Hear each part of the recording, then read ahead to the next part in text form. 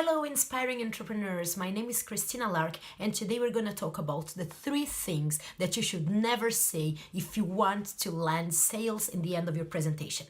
It's 3 things that if you say them, you are going to make your audience and your potential buyers run away and think, she tried. We don't want that. We want people to buy. We want people to see you as the expert. So there we go. Thing number 1, unconsciously expecting validation. You know, whenever some people finish presentations, they say, oh, do you think that was okay? Oh, do you think that was good? Oh, do you think that I should maybe try this or that or that? No, don't do this. You are the expert. And if you're asking them what they think you should do, you are already putting them in the position that they are more of an expert than you are in whatever things. Like, they're not seeing you as a trustworthy person to buy from because you're already asking for them.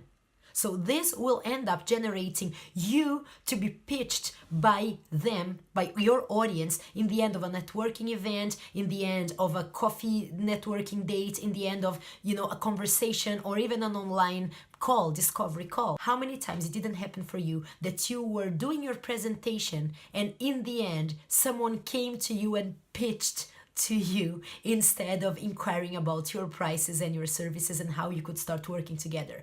That's the reason. That's because you are putting them in a position of they are the ones who need to help you. People need to see that you are the expert in your field. And nothing says I'm not an expert in my field as much as people apologizing for their lack of expertise. Thing number 2, self-deprecation disguised as modesty.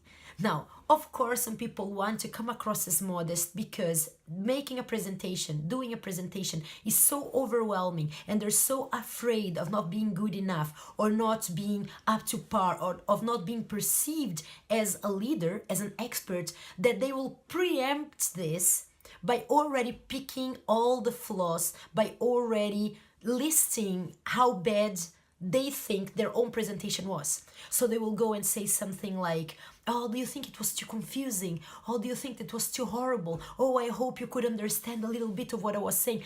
Don't say this. If you're already making them think if it was confusing or not, or if it was horrible or not, terrible or not, you are already diminishing yourself.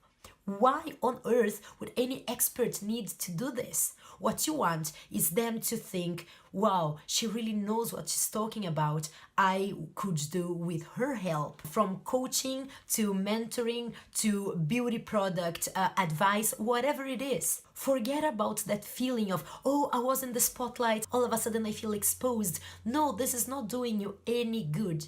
You do not need to get their feedback on how your presentation ends. If you are the expert in your field, obviously it wasn't confusing. And if you prepared your presentation in a way that will engage people, in a professional way, that you know exactly what you're doing, it's obvious that it's not going to be confusing. Thing number 3, apologetic remarks like, oh my God, sorry, I was so nervous. Or, oh my God, I got a call last minute and I didn't have enough time to prepare. Or, oh, I'm not really used to doing it. Who needs to listen to that? You're apologizing for whatever reason. Oh, sorry, I was nervous. Sorry, I only had 3 hours to do this presentation. Sorry, they called me yesterday and I didn't have enough time. You don't have to apologize for anything. The end of your presentation should be the statement that is going to be remarkable for people and that is going to make people get the phone, get the email, press that button and order your service or product. Is not, oh yeah, maybe she didn't have time. Yeah, I did realize there were some flaws in the presentation. Oh yeah, life is hard. Gosh, I'm so glad it wasn't me doing this presentation because, ooh, can you imagine if... No, don't take their focus away of buying your product and your message, your ultimate message. So what is your ultimate message? Finish with this. Never finish with seeking validation, self-deprecation, or apologies. I see you in the next video.